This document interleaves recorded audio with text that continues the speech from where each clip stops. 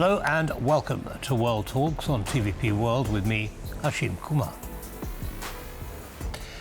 A Bosnian court's sentencing of Milorad Dodik, a Bosnian Serb leader, to 1 year in jail for defying the orders of an international peace envoy has deepened political tensions in the country and the region. The country was divided under the Dayton Accords after a bloody civil war in the 1990s into the Serbian region and the Bosniak-Croat Federation. Each region has a wide autonomy but shares some joint institutions, including the army, top judiciary and tax administration. However, Dodik has made no secret of his intention for the Serbian region of Bosnia to eventually be subsumed into neighbouring Serbia. As separatist ambitions and instability loom, we welcome Ivan Vejvoda.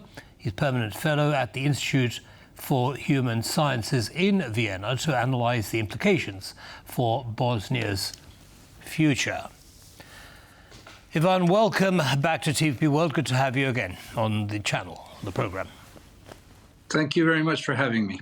Pleasure as always. So, Ivan, can you just lay out very briefly the crux of this issue at the moment as it stands? Well, as you said, there was a sentencing today. We must remind the viewers that this is a first instance. This decision can be appealed, and then it goes to the appeals court. So the final sentencing is only at that level. So we're in a kind of middle step here. The sentencing is because of the defiance of the president of Republika Srpska, Dodik, to obey by the decision, as you yourself mentioned, of Christian Schmidt, the High Representative, who has powers to overrule any decision by Bosnian politicians overall. And this is such a case.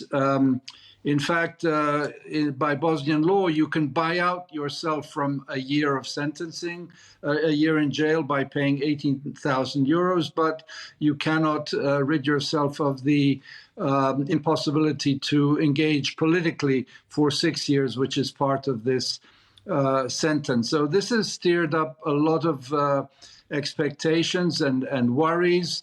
As you mentioned, Dodik has been threatening with secession, but then also playing hot and cold politics, because he said that he will engage in a dialogue as best he can with the other entity of Bosnia and Herzegovina, the Federation of Bosniaks and Croats, and to see, as he calls it, the return to the authentic Dayton Constitution that was brokered nearly 30 years ago in the American Air Force Base in Ohio. So he has left doors open. There was a rally today, and I think we're seeing pictures from that today in Banja Luka, which is the capital of the Serbian entity in Bosnia and Herzegovina. But it also must be mentioned that the opposition to Dodik has called on his resignation before the sentencing, saying that he should help the fate of the Serbian entity by stepping down. So it's not all unity in that entity of Bosnia and Herzegovina. The Serbian president, Vučić, has talked to Dodik, as well as the Hungarian Prime Minister, Viktor Orban, expressing their support, and President Vučić of Serbia might go to Banja Luka tomorrow. I do not expect any radical developments. Serbia has consistently maintained that Bosnia and Herzegovina has full sovereignty and territorial integrity, and thus it is my expectation, as has been over this past decades, that Serbia will not engage and support secession of Republika Srpska. Well, Vučić doesn't seem to be doing that. He seems to be getting rather intimately involved with the situation and demonstrating his support for Dodik. Now, you mentioned the opposition in the Serbian region, or Serbian entity. How strong is that? They're pretty vocal. They have, of course, their parliamentarians in the entity parliament. Dodik's party has a majority. Remember, there are also Bosniaks living in the Serbian entity, and Dodik made a strong point saying that he would not support any attack on anyone who's of Bosniak descent living in the Serbian Republic. So that was also, I would say, a gesture which was on the kind of side of calming things down. As I said, this is only the kind of beginning of the resolution of this issue. The sentencing is very clear. Some people expected a stronger sentence of more years in prison. It is 1 year, and it also needs to be mentioned that the other person who was in the dock is the editor-in-chief of the official gazette that published the laws that contravened the decision of the High Representative. This person was acquitted. So there seems to be an attempt also on the part of the court to make a gesture of that kind. It also needs to be stressed that the international military force called EU4, a force of nations composed basically of NATO nations who are there, are on full alert, but they gave a statement that they do not expect any major developments that would be of any violent sort, but that's within the Serbian quarter or generally in Bosnia? Generally in Bosnia, generally in, but of course, thinking more specifically of in the Serb entity itself. It sounds a bit fragile overall, though, wouldn't you say, Ivan? I mean, you've got the one country which is supposed to be independent, but you've got these connections between the Serbian area, the Serbian region, and Serbia itself. And clearly, and also, let's bring Viktor Orban of Hungary into the picture, and suddenly everything seems a bit shaky. Do you think EU4 are being a little bit optimistic here? No, I think obviously, as all military, they have serious intelligence that is supported by the various big Western powers who have their people on the ground.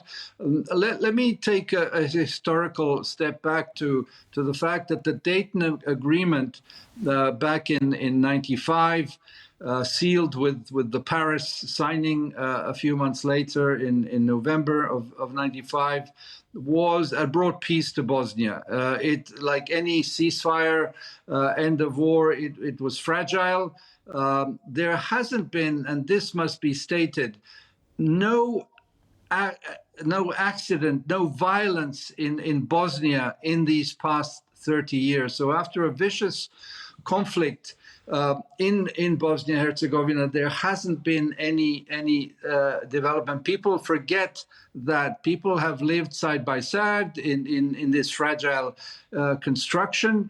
The foreign powers still have the authority to overrule, as I mentioned, so that's unusual. So the Bosnian political representatives are not fully independent in their activity. So it's a sort of a supported democracy by the outside. And Bosnia, given as those of us who lived in former Yugoslavia call it, is kind of the mini Yugoslavia because of the three main peoples, Serbs, Croats, and Bosniaks living together historically, and having a difficulty to find a full unity of purpose with, as Europe would say, unity in diversity. Fine. Well, that sounds all very positive. But then, what triggered Dodik's behaviour in this instance?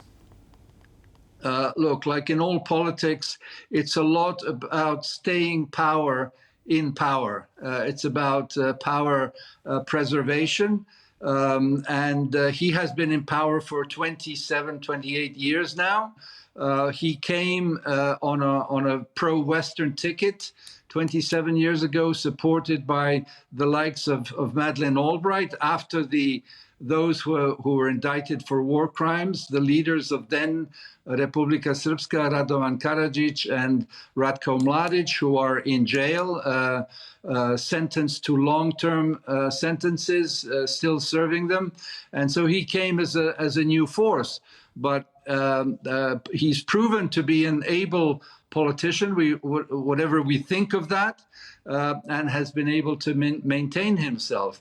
And so the Dayton construction, which, and this is important to note, not only gives a constitution, but it allows for special relations between Serbia and Republika Srpska on the one hand, and between Croatia and the Croatian population.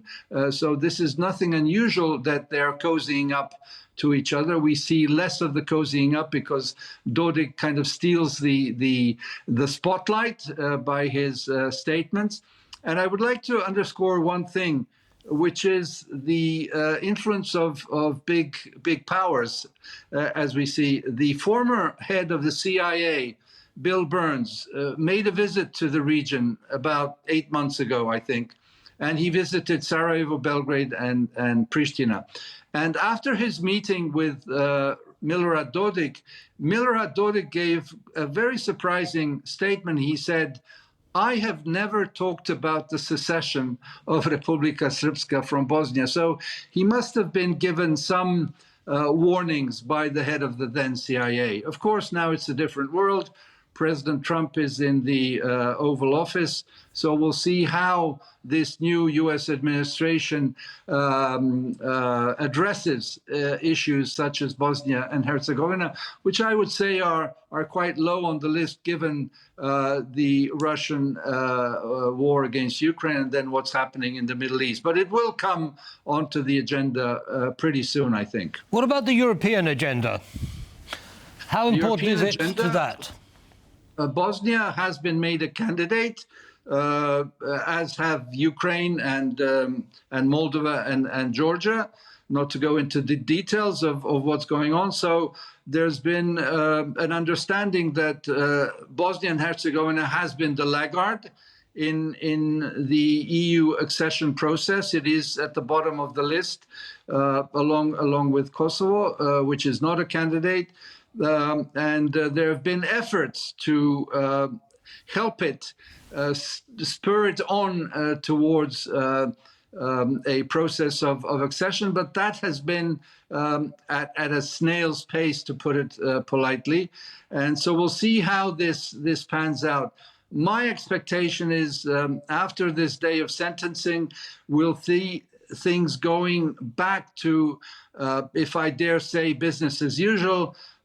In Bosnia and Herzegovina, where there will be bickering, but there will be muddling through at a very slow pace. Interesting, understood. So basically, the road to Europe is not closed for Bosnia, but they need to get their act together first, and perhaps the EU needs to move a little bit more rapidly than they currently are. Ivan Vejvoda, thank you very much indeed for sharing your analysis with our audience. Have a good evening. Thank you. Bye-bye now. Bye-bye. And that's all from us in this episode of World Talks. Goodbye.